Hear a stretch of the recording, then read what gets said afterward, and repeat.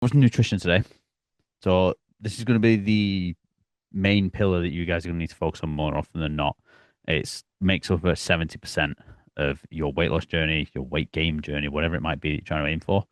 Nutrition is the biggest standout point that you need to kind of like hit the nail on the head with as best as you can. So before we get started, just make sure you put a one in the Zoom chat just to make sure you can actually see see the slides and see the screen. Stay muted until the end when I ask for questions. So pretty much the same things what we went over yesterday.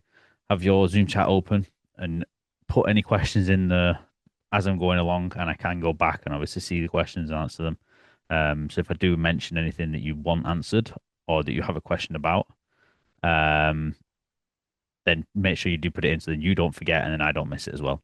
So cameras on as well, just to make sure everyone sees you, gets to know your face and everything else. Um, and take notes if the slides aren't here. I know I'm going to record it, but you're better off. Some people are better off taking notes and they can actually learn from it as well. Yeah. So I'm going to kick off with calories and macros, give you a bit more of an understanding around them because I know a lot of people don't understand the macro side of things as well as the calories. So in terms of what calories are, it's the unit of measurement for um, energy that's in food and your drinks. A lot of the time, hidden calories are in drinks, and that's where a lot of people tend to mess up when it comes to hitting their calorie target. Is because they think that, let's say, for example, you have a coffee, you can very quickly add up to maybe 200 calories once you've added in your milk, your sugar, and the rest of it, and the calories that tend to get missed. So just be aware of those when you do actually come to tracking. Um, your body needs calories in order to function, even down to the absolute basics, whether it's breathing, digestion, your cognitive function. This is otherwise known as what your BMR, your basal metabolic rate, which again I'm going to cover a little bit more later on. And your calories account towards your weight management more than you will ever understand. You can go to the gym as much as you wanted to, but if your calories aren't your nutrition and your calories aren't where they need to be, you aren't going to achieve your goal just by going to the gym. And that's another place where people tend to think that just because they go into the gym, they're going to lose the weight, they're going to get to where they want to be. And it's not realistically, it's not the case. So, what makes up calories?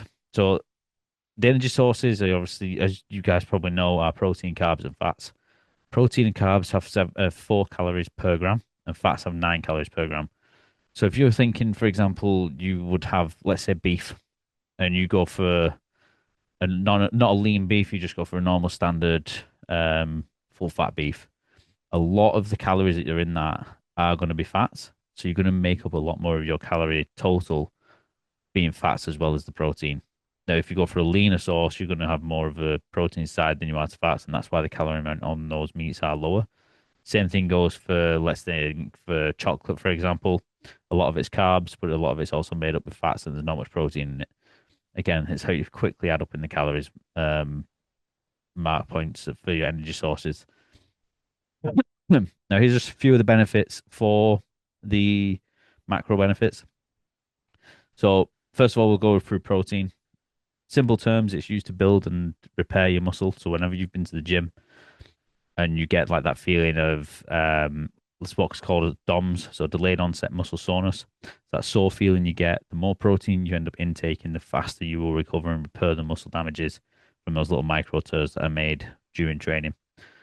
So that's where again it comes into tissue maintenance as well.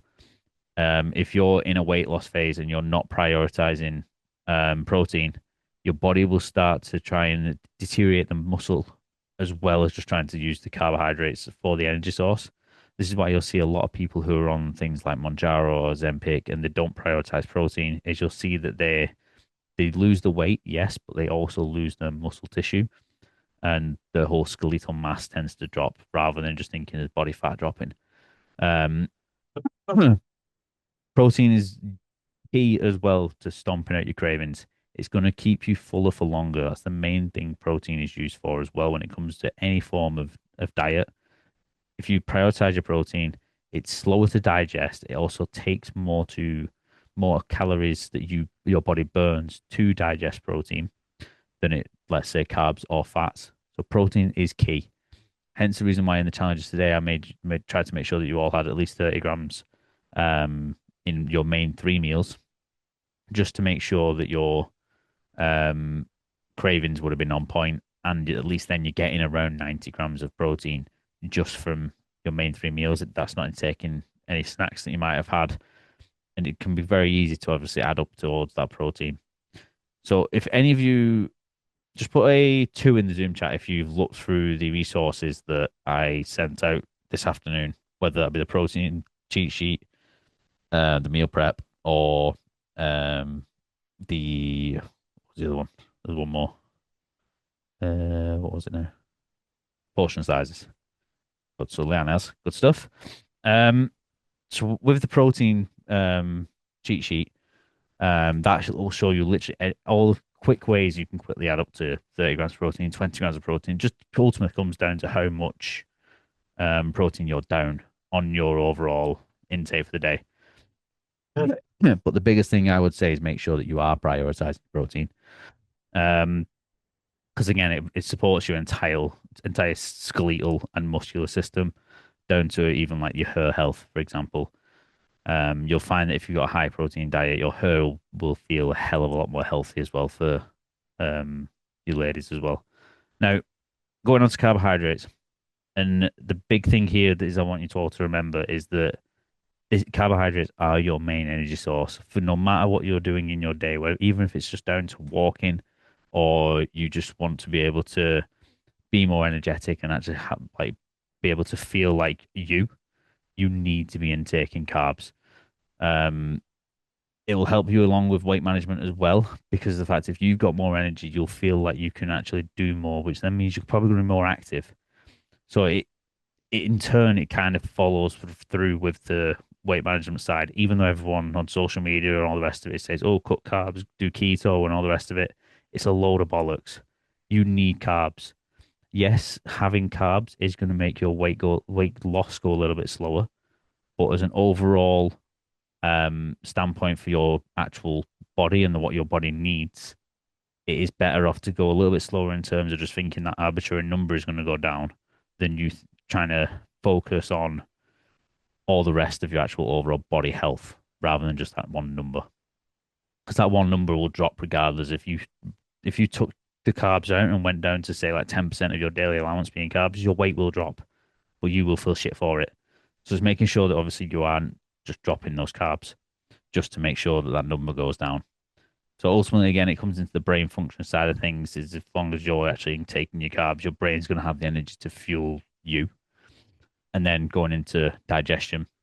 So in terms of when it comes to digestion, it's more thinking on the terms of like your fruits, your veg, your fibrous carbs that are low in calorie, and they'll help your digestive system get moving basically.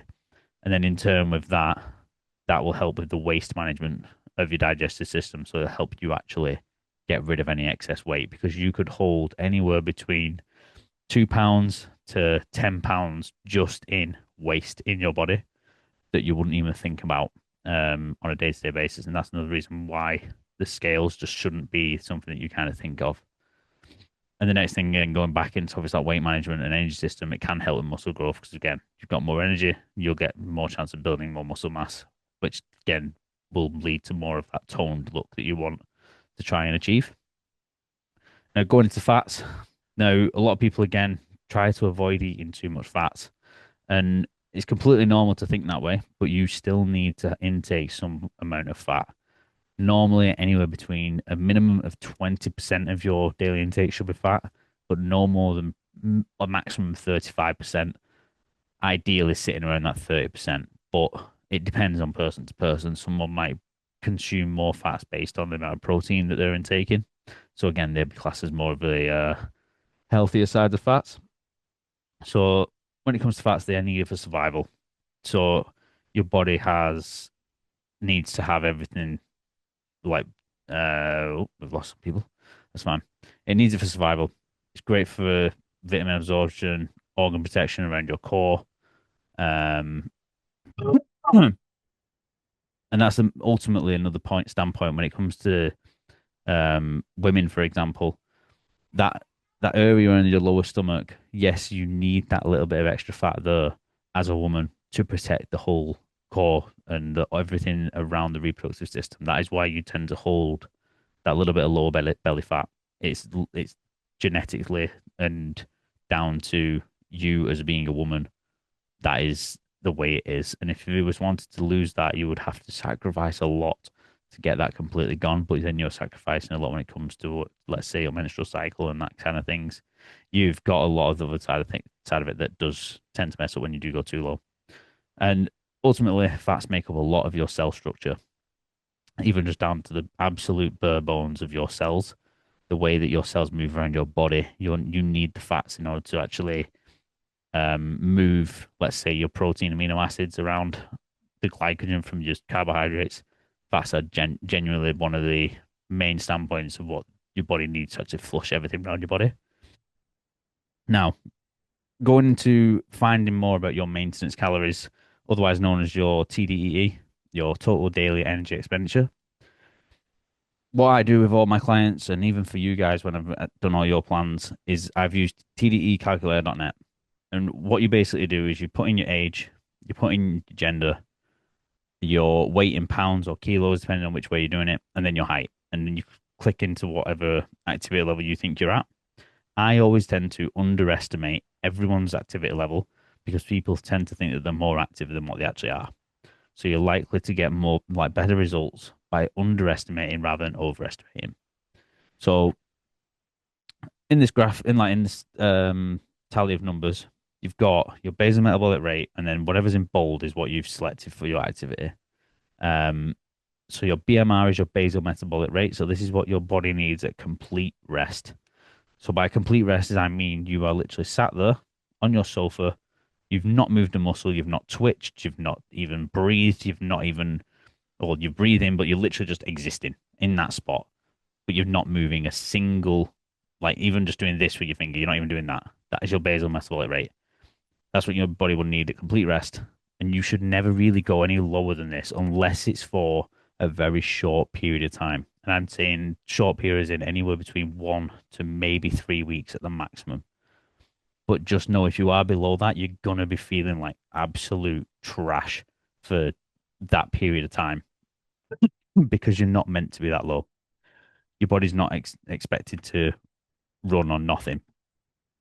So what you would then do is based on your activity level, I've kind of got a rough guideline here. So if you're anywhere between less than 5,000 steps per day as an average, like if you stay your weekly average and your weekly average is less than 5,000 steps, you're going to be a sedentary.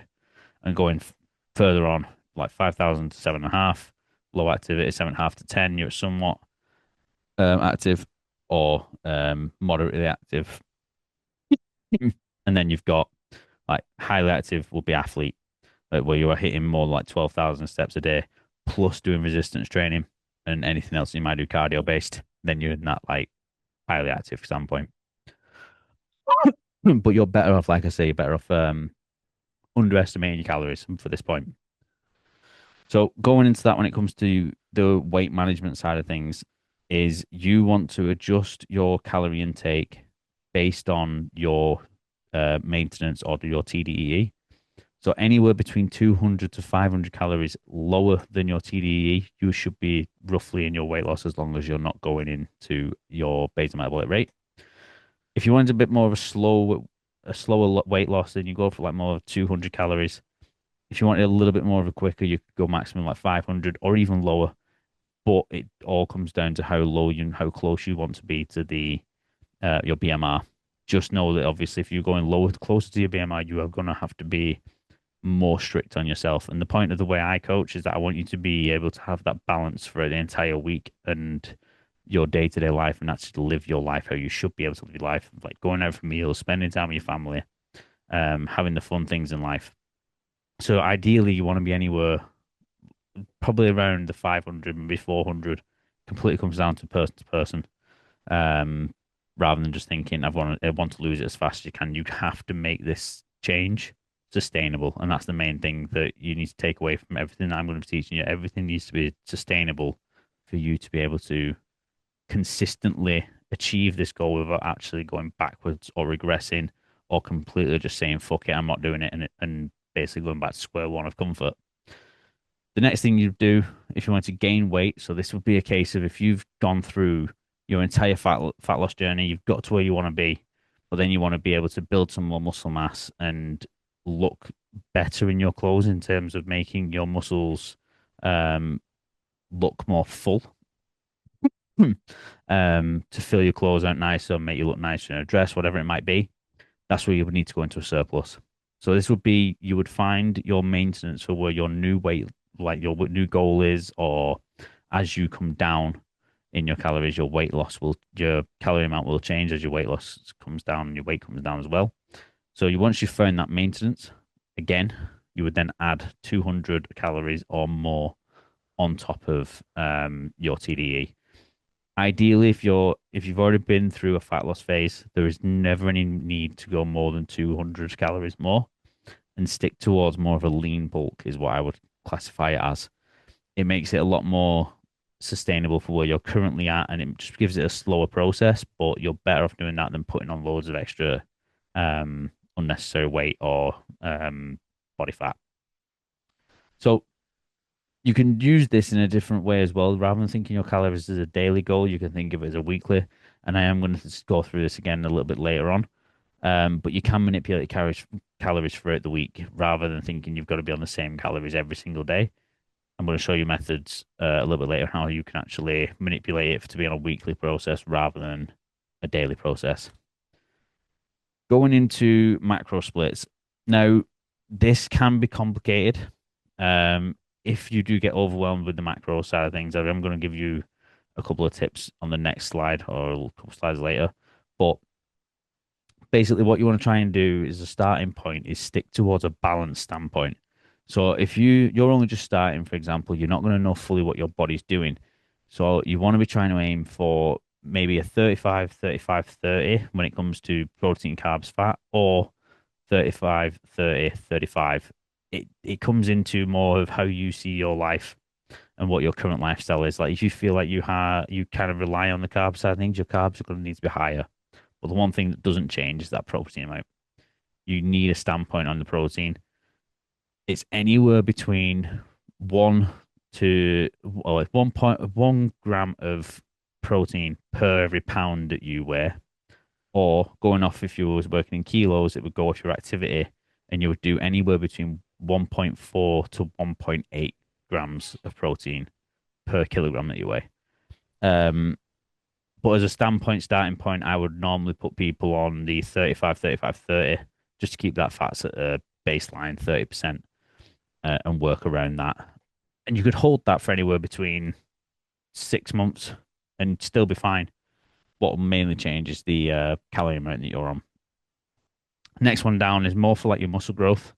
Being a high protein diet, so that's 40, 35 to 25. High carbs is more towards like the cardio side. So if you want to say like run a marathon or anything else like that, you would go to a higher carb because you're going to be using a lot of the carb sources when you're running because your state that your training state is more in not so much in the fat burning side of things. It'll be more in the cardiovascular system, which uses carbs a hell of a lot more than what it uses fats or proteins. It gets very complicated when you start thinking that much, but if you try kind of think that cardio, carbs, and protein needs to be higher for your resistance training, that's probably the best way of thinking about it. However, if you're looking at more of like you do a bit of everything, like you're very active in terms of walking and running, and you're doing resistance training, you want a high carb and high protein. So 40, 40, 20 is a good way around doing that. The key points to remember though, is in order to hit these macro splits, is you want to be doing in making sure you got protein in every meal. That includes your snacks. So at least 5 meals a day. So you've got 5 meals, you've got your breakfast, you'll have a morning snack, lunch, afternoon snack, and then your main meal in the evening. Or you could do after lunch, you then have your main meal and then have a dessert. Whichever way around that kind of works. I've done it both ways with lots of my clients, and some people find it better to have that snack after the lunch and then have the main meal. It depends how their hunger levels are. Some people like having the desserts, then they can have things like chocolate mixed in with the evening dessert as well. So it hits that cravings, knocks the cravings on the heads for that kind of that feeling around the chocolate side of things. Each person is different. It just ultimately comes down to you as a person. The next one, again, like I've already said, is make sure that with carbs, you don't cut them out. You just reduce the intake or change the source of carbs that you're having. So if you find that your carb sources are majority things like sugar or um, like chips, highly processed foods, for example, try to revert into something else. So let's say rather than having chips, you would go for sweet potato mash, for example. There's other like different things like that you can just quickly swap out. The carb amounts are very similar, but you're going for a more of a fibrous carb rather than a sugar intake carb. It's you hear too often, let's say on like social media and stuff like that, or even from health professionals, and they'll tell you to just cut it out. Never cut out carbs. Even my wife, who's just had gestational diabetes, the doctor on the ward at the NHS was like, "Yeah, just cut out carbs, stop eating carbs." Now, me as a fitness coach, I was like, "No, you're not doing that." And lo and behold, 2 weeks into having gestational diabetes, she could manage her sugar levels completely diet based. There was never any need for injections. It's all about just knowing what sources you should be like so much like cutting out and reducing. And not to mention, she also managed to have cheesecake and cookies while we were out for a meal when she did have gestational diabetes because she'd primed her stomach earlier by having a lot of protein. So that's another way you can manipulate it as well if you're struggling with like insulin management. Making sure that you're combining a protein source with a carbohydrate as well is another way of helping with that side of stuff. And when it comes to fats, just aim for the healthy fat sources. So anything like peanuts, walnuts, almonds, avocados, healthy oils, but in smaller doses. So things like olive oil, perfectly fine to have. Just think smaller amounts. So rather than using like a tablespoon of olive oil, use a teaspoon, or better yet, use like a spray oil. Um, that's the easiest ways of doing it. There are plenty of other healthy fat sources like your Greek yogurts and stuff like that. Just think those are fats rather than things like cheese, very calorie dense for what you actually get. Next standpoint is hydration, which is why I put hydration in one of the challenges today, because not a lot of people drink enough. And the main reason you need to be drinking more is to boost that metabolism. So if you pair your meals with, let's say, a glass of water before you start eating, you're already priming your digestive system to get working early before you actually put the food into your stomach.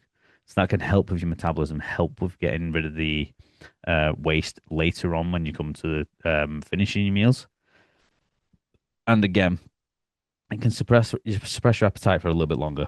So if you're in work, for example, and your break is, let's say, in half an hour's time and you're absolutely desperately hungry, if you have a glass of water by your side, or even like if you've already got like a 2 liter cup, just sat there, ideally with a straw as well, making sure that you're drinking through a straw, it makes it a hell of a lot easier to actually consume water, believe it or not. Um, you are more likely to be able to hold off to that for that extra like 30 minutes, 45 minutes, rather than going towards like a snack in between. Um, a lot of people will go to say like a quick chocolate bar or a quick packet of crisps, for example. Having that water there by your side and using that to try, kind of suppress your appetite a little bit is the best way around it. Not only that as well, it can be used to help flush your like your flush the fatty toxins or any of the like waste from your body, whether that be um, toilet waste, lactic acid, flushing your kidneys, for example, just to make sure that you're actually able to pee properly and make sure that your kidneys are actually well hydrated. And just you in general, making sure your skin's hydrated is another big one. So if you've ever suffered with like dry skin and going towards like eczema, it's normally down to the fact that you're not drinking enough water to help with the side effects of obviously dry skin. And then obviously when it comes to when you're in exercise and doing walking, training, whatever it might be, the more water you have in your body, you're less likely to get fatigued and cramps. So what usually happens is when you're dehydrated, you'll see it a lot with marathon runners that they'll get cramps straight after. It's because over that period of time where they've been running, they've not had the prime amount of hydration to actually fuel the rest of it, like to give the body the water and the sources that it needs to actually flush the blood around the body properly. So that's where your cramps come into play as well. alongside the fatigue from the muscle with lactic acid. So there's a couple of different ways you can look at how to get in the water and how to think about it. If you go on the basic rule of being the 8 by 8, so it's 8 glasses of 8 fluid ounces. So 8 fluid ounces in the UK is roughly around about a pint. A UK pint is around 8 fluid ounces. So as long as you can have 8 glasses of a pint a day, you're going to be roughly around the 2 litre mark. Now, depending on your exercise and your activity levels, you need to be adding extra on top of that. So if you're walking 10,000 steps a day and you're training 3 times a week, ideally you want your water intake to be anywhere between 3 liters and 3.5 liters, just to make sure that you are fully hydrated to last you for the entirety of your day, like sustainably correctly. And I guarantee as well, when you are actually hydrated, feel um you'll feel a lot more like your brain can actually what's the word, function properly alongside, like your cognitive function is better, memory will be better. You'll get less headaches, for example. There's far more that just comes into hydration than just it being just having a drink to make sure that you actually stay alive, basically. So when it comes to hydration as a standpoint, the sources don't really matter as much as what you might think they do. So water in its like purest form, being whether that be um, tap water, bottled water, whatever it is the best kind of form, obviously.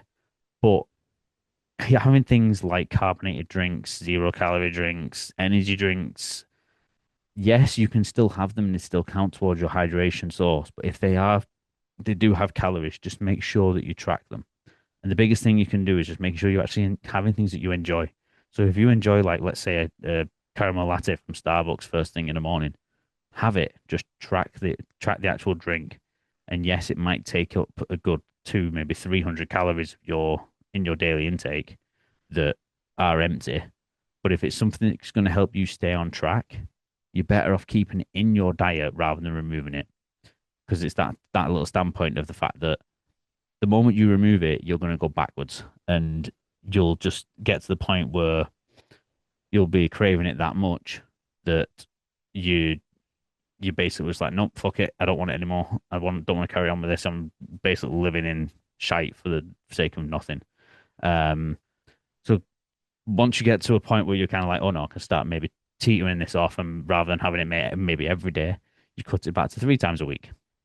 It's those little changes that over time you can bring in. But to start off with, if it's something you enjoy and you can't live without it, keep it in for now. Later on down the line, you can look at reducing. So if you want the graphic as well that's here, I do have this as a resource as well.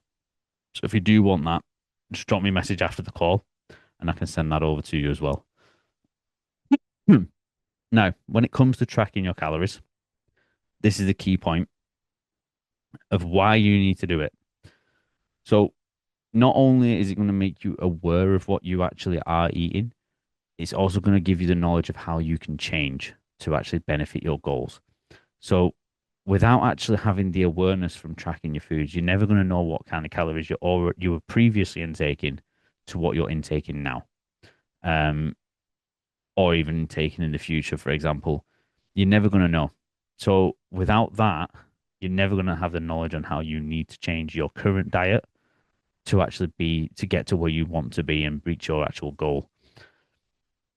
Because at the end of the day, you want to be hitting your calorie and macro targets and reach that target as well.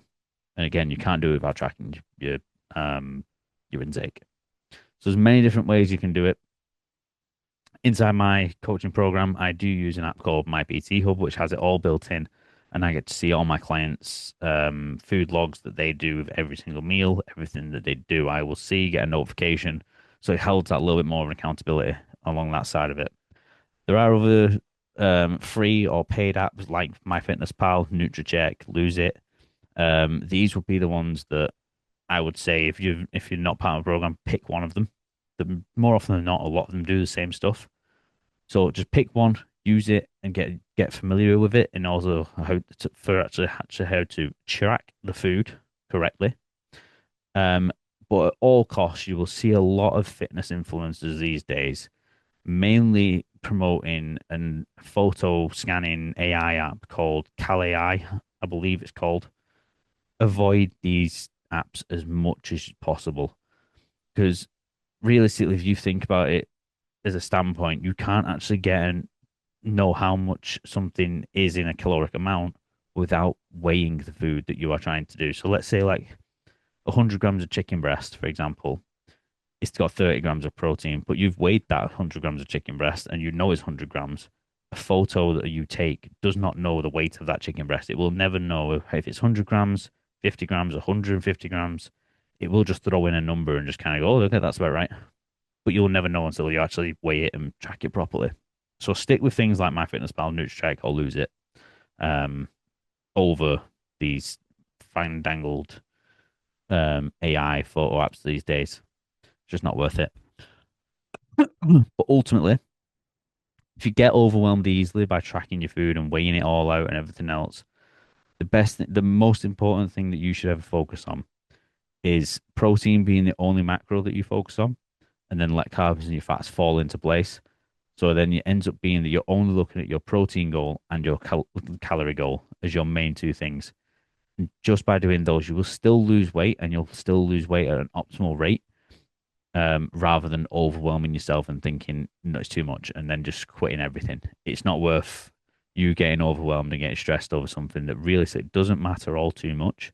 The main thing is, as long as you're eating enough protein to support you and your body and your muscle growth, and making sure that you're eating enough calories to support everything else going on around your body, and making sure that you're not eating too much. Has anyone got any questions before I carry on so far? Because I know I'm like kind of bombarding you all with a lot of information. So if anyone's got any questions, do just drop them in as we go on. But I'll give you a chance before I carry on. Mm,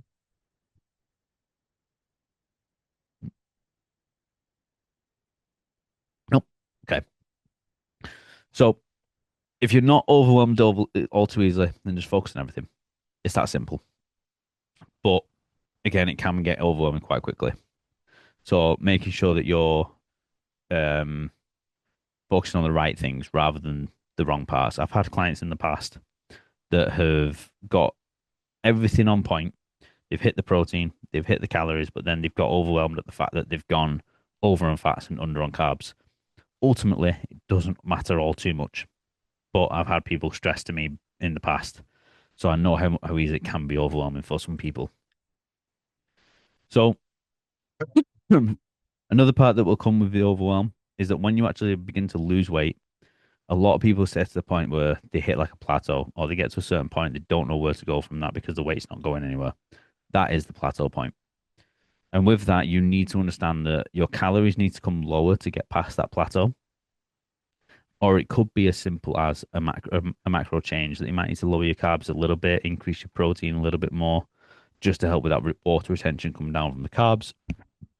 Or, like I say, it's just as simple as fact as calories need to go lower. But the overwhelm doesn't normally happen because you don't know where to turn. It's the fact that it's the change of the plan. It's something in the unknown of you changing something when something's been working for a long time. So that change to your plan would then mean change to routine. And you've been stuck in that routine for, let's say, 8 weeks, and you've got to know it quite well. That's where the overwhelm comes in from. It's that risk of change where you think, if I change this now, am I going to then lose, like gain loads of weight, or is it not going to work? And that's again, that's literally as simple as it can get sometimes for the overwhelm. Just know that if you do reach that plateau point, it's just a case of potentially dropping your calories by another 100 to maybe 200 calories, and just seeing what happens. But don't think that just because you've been the same weight for 2 weeks that you've plateaued, because you need to be taking more metrics. So it's a case of you need to also be taking in your measurements, the way you look in the mirror, the way your clothes fit, everything I mentioned kind of yesterday when it comes to my clients. They're the kind of things you don't need to look into. It's not just a case of just seeing the number on the scale and going, no, I'm in the same weight now for 2 weeks and nothing's changed. Look at the other side of things as well. So again, just don't get hung up on the number on the scales. That's the main thing. when it comes to even both your weight and the scale weight, and when it comes to your food. So a few grams here or there will not ruin your plan. So let's say, for example, like I've put here, 10 grams of cooked rice, like cooked basmati rice, is only 13 or 14 calories, which ends up equating to about 2.6 grams to 3.1 grams of carbs. It is not the end of the world if you've just gone with your spoon and gone, oh, there we go, that's 50 grams of cooked rice, but I'm meant to only have 40. No, that's not the case. I'm not going to tell anyone to obviously only have like 50 grams. I'm just throwing arbitrary numbers out here. It's not the end of the world. Like an extra 10 grams of you putting that on your plate is not worth the time of you trying to scoop it back off to get every single like last grain of rice to be the exact thing, the exact amount that you need. It is not worth the time. Just track whatever you've put on your plate and deal with it later on the day, or if you go over in your calories by even up to 200 and you're in a 500 calorie deficit, it's not the end of the world. Like you're still in a deficit. This is where I come into obviously managing your week. So, don't know why that did a fancy transition there. Um, One way that you can do for managing your week is using calorie banking. So, for example, um, I've just put random 1,700 calories a day in this for a standpoint. If you were to multiply that for your entire week, you would have 11,900 calories for your entire week as a overall budget. Let's say if you was to put this into like banking terms, there's your weekly budget, and that's what you can only have. So what you could then do is if you know at the weekend you might have a higher calorie intake at the weekend, being like 2,000 calories on both Saturday and Sunday, you have a takeaway or you go out for the afternoon with the kids, for example, you could then lower your calories throughout the week, making them say 1,580 for Monday to Friday, and then have the 2,000 calories at the weekend. And as an overall, that still balance out to be that 11,900 calories. You're still, as an overall, in that week, being in a caloric deficit. So that can be or altered to whatever day in the week. Doesn't matter if it was a Monday, a Wednesday, a Thursday, whatever day it might be where your calories might be higher. Just try and alter it where needed for like social events and stuff like that. So using the same principle, here's a different alternative. If let's say, for example, on a Friday night, you decide you want to go out for drinks with your friends, someone else has got your kids, for example, having one day where you could have a big binge going to say, let's say 2,300 calories for this example, you that would include you going out for like maybe two or three drinks, maybe getting a takeaway on the way home, whatever it might be. Um, for the overall week, you would then drop your calories to 1,600 and you'd have the higher on the Friday. And that's another way you could do it. Again, you're still in that calorie deficit for the entire week. And that again wouldn't matter if you reached, let's say, 2,700 and you were then across the week, you were 500 calories up. You're still in an overall calorie deficit for your entire week, even though on one day you was 500 calories above and hitting that maintenance point, because across the rest of the week you've still been 500 calories down on six of the days. So this is how you can quickly like mess it up in terms of not having a structure around how you use your weekly calories. So again, using the same calorie deficit of the 11,900, let's say for the entire week you was like, okay, I've hit my target. I'm hitting 1,700 calories a day, Monday to Friday. Because obviously going back to this first target, that was the example I'm using. You have 1,700 calories for the day. But then you get to Saturday and Sunday and you're like, oh, I've been really good for the rest of the week. I'm going to get Domino's. I'm going to have a glass of, well, like two, three glasses of wine, whatever it might be on Saturday and Sunday. And that quickly adds up to no longer being in a deficit. So that's brought your entire weekly average up to like 15,500, which then puts you in a surplus of 3,600 calories just over your week, just to a weekend blowout. So that would then put your daily average to 2,200 calories. You're now either at maintenance or in a surplus, depending on where you need to be. So that's how a lot of people have seemed to mess it up. They think that they've been really good, and then they get to the weekend and they just blow it all. And ultimately, that tends to be a case where it's not just a Saturday and Sunday thing. It could be a Friday, Saturday, Sunday thing. And that's where then you see where that weight gain comes back on. So you guys might have been through this yourselves. I can't say in the past, but it might just be that little bit of a realization of being like, okay, I have done this, and that's where it needs to change. So, has anyone got any questions? It could be absolutely anything. It could be around nutrition. It could be around how you could better your own lifestyle, knowing all this information now. Whatever it might be, drop me like ask me the questions. You've got me here for you now, so you might as well ask them. Doesn't matter if it's silly or not. Remember that. You can unmute or you can just type it in the chat. If no one's got any questions, then we'll go for all good. But I'd love to see some questions coming in because there's no way you've just had all that information bombarded at you and not got a question about anything. Mm.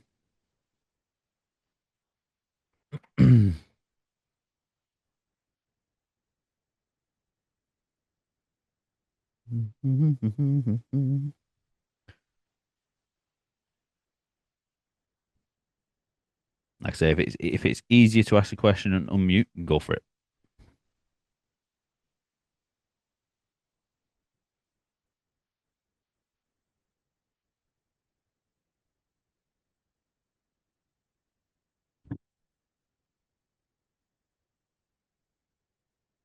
Like I say, if you are all good, then just do the type all good, and you can carry on. Confused a little with percentages in macro splits and how you can always be worked out in your calories. Okay, so let's go back to your macros. So if I was to grab up my trusty old calculator, oh, never mind, I won't do it that way actually because I'll throw you off. So when it comes to obviously your percentage amounts, that is literally a case of you want to try and find. Um, it's more about your activity more than anything. So let's just say you got 2,000 calories and you want to find your let's say 40%, for example. 40% of 2,000, you will then get 800 calories. There is maths around a bit of all for how to actually work out how many grams that turns into. But off the top of my head right now, I cannot do the maths for that. I'm not going to lie to you. But roughly around 800 calories, that would then be your protein, potentially if I'm going off this high protein, high carb, and then another 800 grams of 800 calories worth of it that would then be your carbs, and that's how it would kind of split up. The main thing you've got to kind of understand when it comes to your macro splits is you've got to look at it in a way of what's your training like, what's your lifestyle like. So if you're someone who wants to aim to have like go for the toning kind of style, then you want to be aiming for like the 40, 35, 25. Think of it that way. Try it out, test it out, see how you feel with it all, and then you go further on into it that way. But like I say, the best case scenario for where you want to be at, no matter what, is a balanced lifestyle. This is one I kind of try and promote a lot around because realistically, if you're staying balanced across the board, you don't need to worry too much about where your macros actually are. So sticking around like that 35% protein, 35 carbs, and 30% fat is your best standpoint. And like I say, later on down the line, then you could look at obviously dropping the carbs a little bit if you had if you felt like you were a little bit watery. And what I mean by that is like it's a case of you're still a little bit bloated. You've got like your skin just feels how can I say it? It's very hard to explain if you've never actually like a lot of it comes down to the way you're feeling like your gut, you're bloating and stuff like that. But it's the way you look at your muscle. If you've got some form of muscle definition, you kind of look a bit more fuller rather than flat and what's the word? More defined. So you look a little bit more fluffy, basically. So that's where you would then tend to look at dropping the carbs in order to actually get rid of some of that water retention. But like I say, when it comes to macros, don't worry too much about them. Like I say, if it's a case of when it comes to macros and you are getting overwhelmed, just literally just focus on thinking protein is my main thing and my calories are my main thing. And think of it along the lines of as long as I get 30 grams of protein per meal, so that's potentially it could be a case of you have 30 grams for your breakfast, 30 grams for your lunch, and 30 grams for your dinner. And then in between that, you kind of fit in either 10 grams here, 20 grams there for your snacks. Um, That's your main bits that you kind of need to think of. And then there's an overall day, then you're reaching anywhere between 150 to 120, well, 120 to 150 grams of protein. And that's typically about right, depending on your like size, your height, your weight, and everything else. It's typically around what you want to be.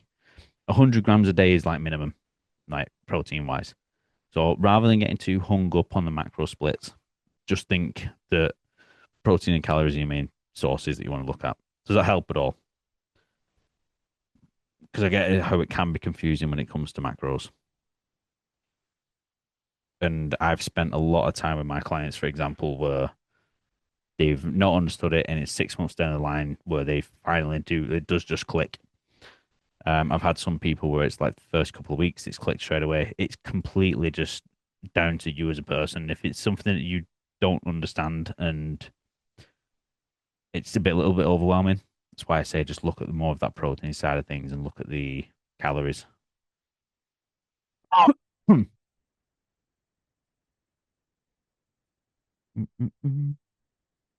Any other questions?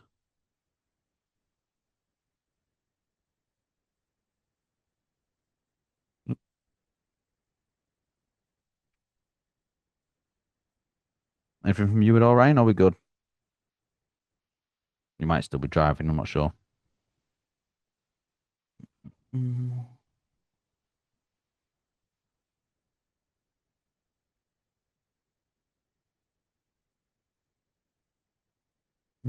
If we're all good, guys, then we can wrap this up.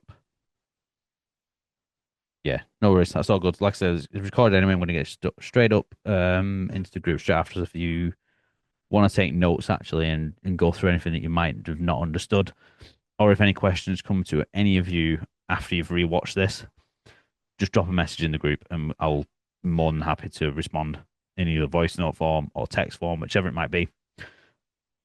Going into tomorrow, I'm going to be looking more into focusing on like the pillar of training and how you can actually implement it in around your life. That's the next main one. Realistically, what is going on there? Now this can come into the fact of obviously if you're training from home, training from a gym. I'll be covering most of it and how you can actually swap a lot of the exercises in together to um if you can not don't have the equipment available, for example, you can swap and interchange where needed. Um to get a bit more understanding around that point. And just a reminder, I remember I do have an offer going on right now. So if you do want to know more about that, do just message me the word offer and I'll get in touch with you. But if that's everything, guys, and we're all good, we'll end that there. Are you all good, Dan? Yeah?